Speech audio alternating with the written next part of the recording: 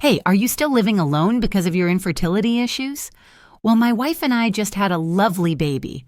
I could let you hold the baby if you'd like. Even infertile women have maternal instincts, right? I'm nice enough to let you experience motherhood. The call from my ex-husband was as condescending and prejudiced as ever. He wanted $4,000 for the baby shower gift, saying I should feel lucky to get the feeling of being a mother for that price. See how being married to me had its perks? He made plans without considering my schedule, as always.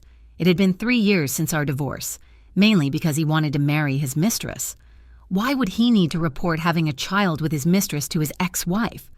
I planned to refuse, but his condescending view of me as an infertile woman made me want to prove him wrong just this once. All right then, my husband and kids will come along on that day, I said. Hey, don't put on airs. If you're going to spend money on a pretend family, might as well add that to the gift. I just told him I'd think about it and hung up. On the day of the baby shower, I went to my ex-husband's house with my husband and kids. Seeing my family, my ex quickly became disheartened, confronted with a truth even he didn't know. He was utterly dismayed and took drastic action. I met my husband through a friend's introduction. I had wanted to get married but felt no need to rush things. In this day and age, I was spending my time on work and hobbies instead. Many of my female friends also prioritized hobbies over marriage, not focusing too much on settling down. The shift in my desire to marry came when I was introduced to a doctor, the heir to a medical family. At first, I felt we were too different, but after meeting him, I found him to be very earnest. He was striving hard to take over the hospital his father ran. In fact, he was a sincere doctor at a university hospital, committed to the advancement of medicine and caring for patients. I was moved by his dedication and wanted to be supportive. I respected his efforts and wanted to help him in his life. We were welcomed by his parents and started our married life less than a year after meeting. I chose to be a housewife to support him. He never specifically asked for this, but he appreciated having someone to take care of things at home to help him reach his goals. I even studied nutrition after finishing my courses and finding more free time. We began trying to conceive, but despite our efforts aligning with my fertility schedule, we saw no signs of pregnancy for 2 years. I suggested we get medical advice, but he strongly refused, eventually blaming me for our troubles. Our conversations dwindled, and he began avoiding intimacy on fertile days, coming home later and later. After 6 months, he hardly came home. Claiming overnight shifts, I felt avoided but made efforts not to show it, thinking confronting him would worsen our relationship. No matter how late I stayed up to greet him and kept preparations ready for late-night meals, my efforts were never rewarded. One day, he brought home a young woman he had met 6 months earlier during a nursing student's internship at his hospital. He fell in love at first sight and wooed her. She was still a student, but preferred the prospect of being a future hospital director's wife over a nursing career. He told me, during my internship, I realized nursing wasn't really a profession I could stick with just based on ideals or a sense of mission, so I decided to marry a life-saving doctor and support him instead.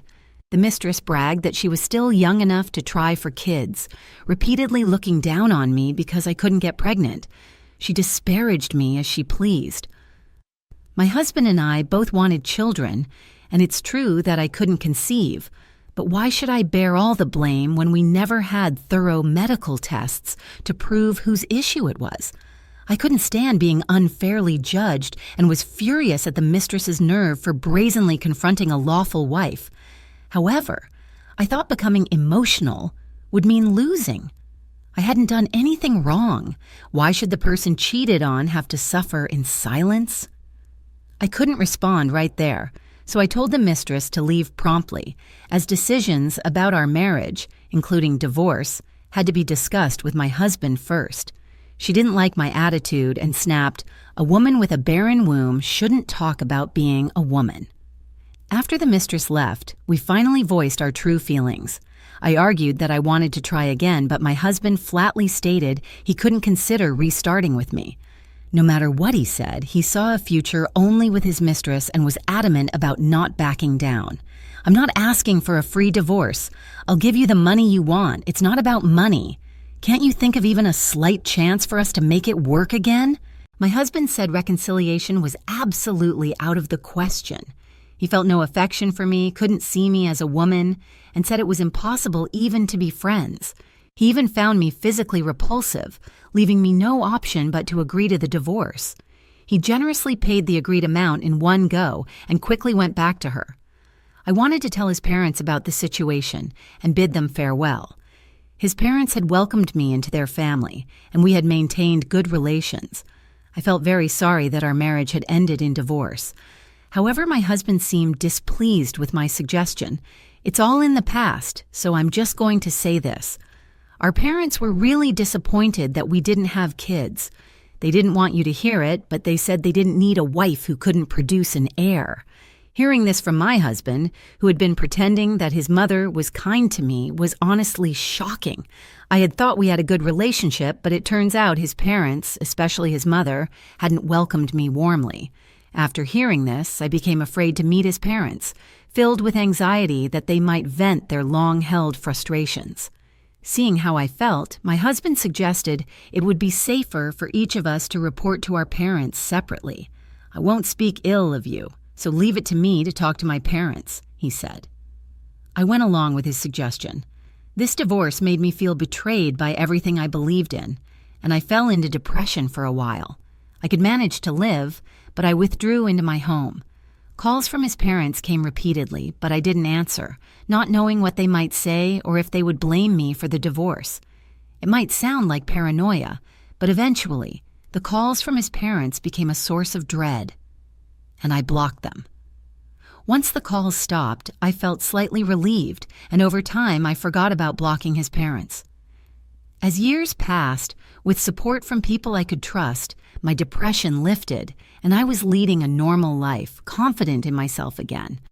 Then, out of the blue, my ex-husband called. Since our divorce, I hadn't heard from him at all, and hadn't even bothered to delete his number or block it. During my depressed days, I might have suspected that his parents were using him to get in touch with me, but now, no longer suspicious of others' actions, I answered the call.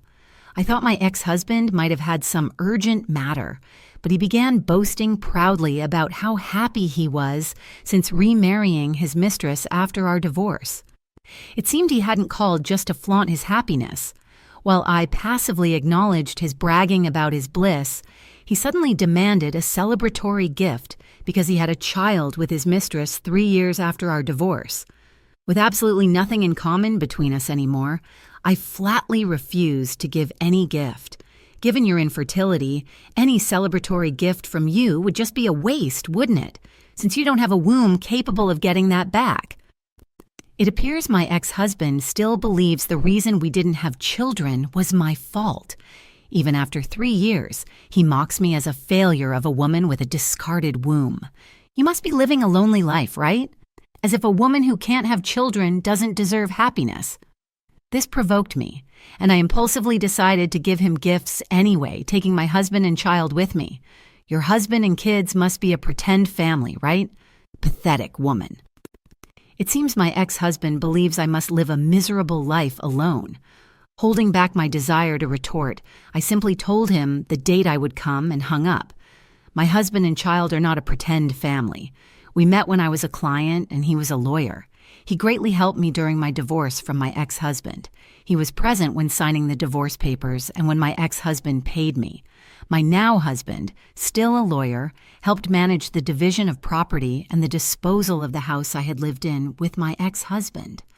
Our relationship could have ended there, but we reconnected when I was going through depression and seeing a doctor. I looked so fragile and vacant at the time that he later confessed he couldn't just leave me alone.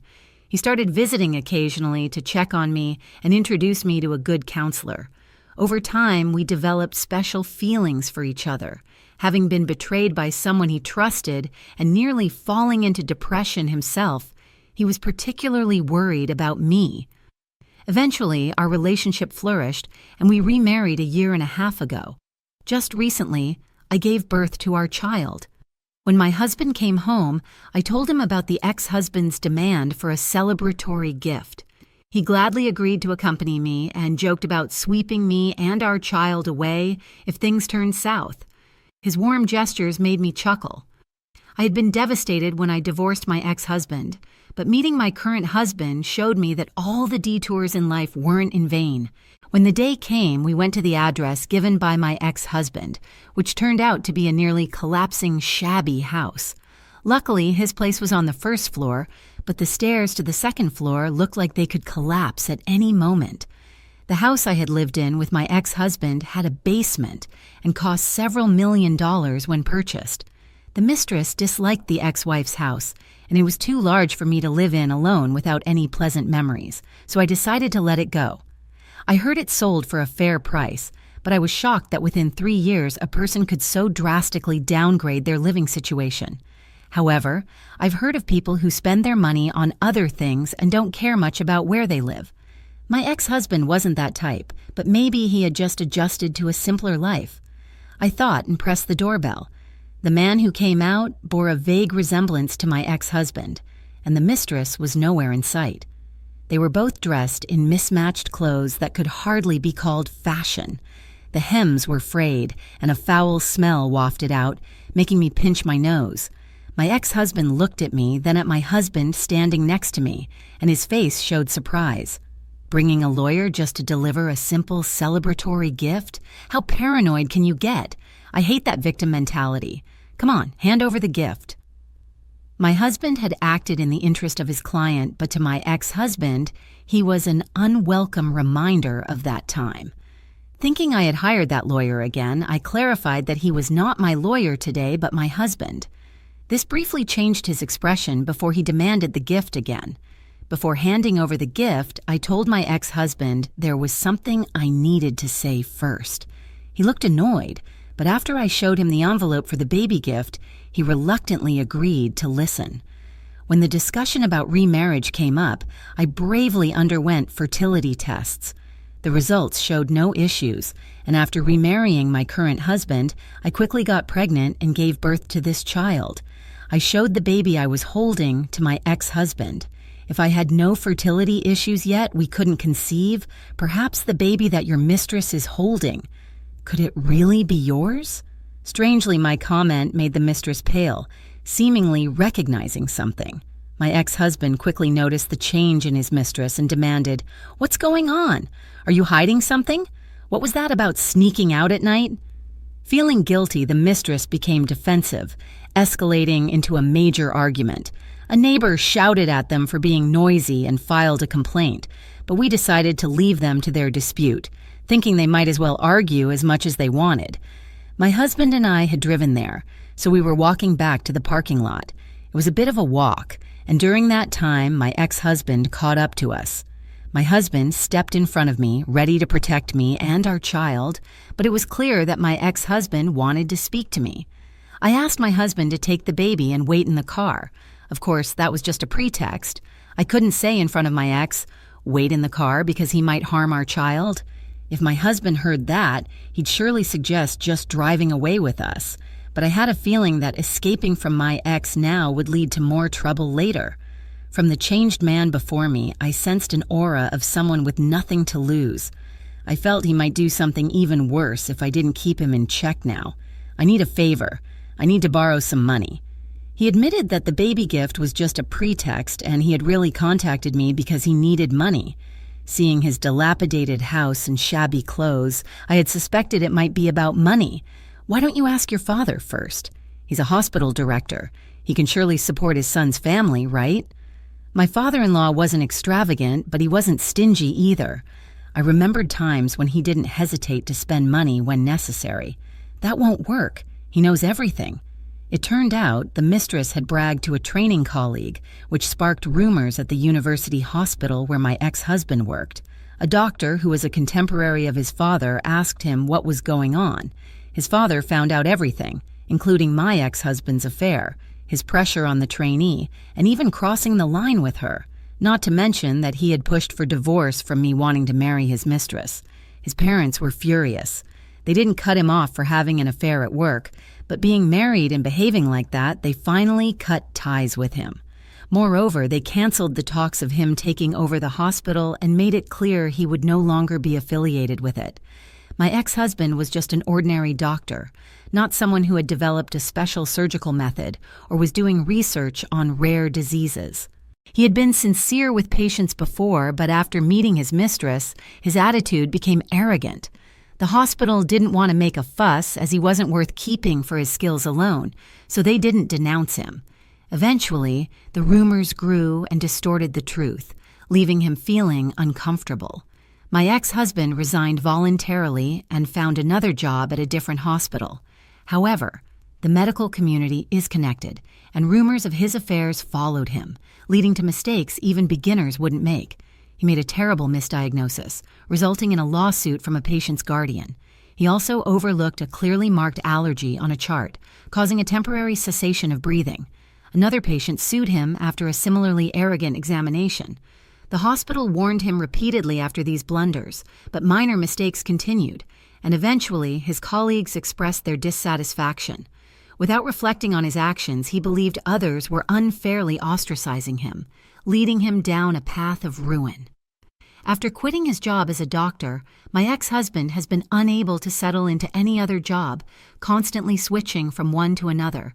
"That's why I don't have any money," he said. Listening to him, it all seemed like a case of getting what he deserved. Why don't you ask your wife to work before asking me? A woman should stay at home. She's a mother, after all. Isn't that obvious? What you just said is problematic. It's a derogatory comment. I might lend you money, but first, pay what you owe. I paid in full. You looked down on me for being infertile, right? In the end, it turns out I had no issues, so I'll be asking for additional compensation for those harmful comments. Luckily, my husband is also a lawyer. Shall we settle this quickly? When I suggested we talk in the car, my ex-husband, realizing what he might be faced with, turned pale and ran off as fast as he could. Talking about money seemed to be an effective way to drive him away. As I got into the car, my husband asked, "Are you okay?" "I said we'd talk it over with a lawyer, and he ran away," I replied. My husband told me he had been worried sick, asking me not to go too far next time.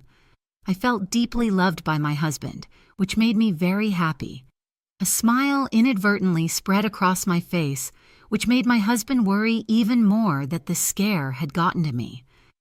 After we got home, I shared with my husband the thoughts that had been troubling me for a long time. Since I learned the truth from my ex-husband, I hadn't been able to decide alone, so I wanted to hear my husband's opinion. I had always believed the lies my ex-husband told me and hadn't parted on good terms with his parents.